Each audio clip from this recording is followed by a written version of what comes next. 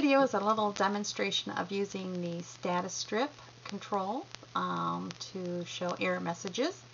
So I have here a name text box, and it's going to be required. So you must enter a name or it's not valid. I will be doing field level validation.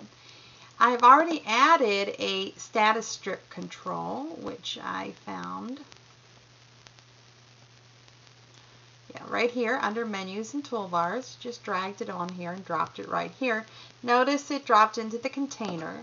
I changed the default name. It just has properties like any other object. So I did change the default name to, let me change how I view that, to SS1.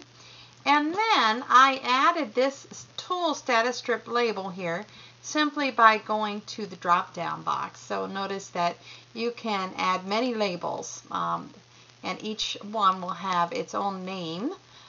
So if I had multiple messages that I wanted to give it, and so you could take a look at the properties of that label. I'm going to remove this one.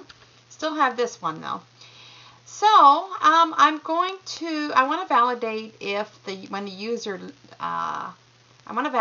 when the user tabs out of this or somehow exits this control, that there is data in there. I've already written the code. I've decided to use the validating event that we're talking about. So I just checked if it's empty. And I named that tool strip that's to the left, TSS label left, and it's just the text property.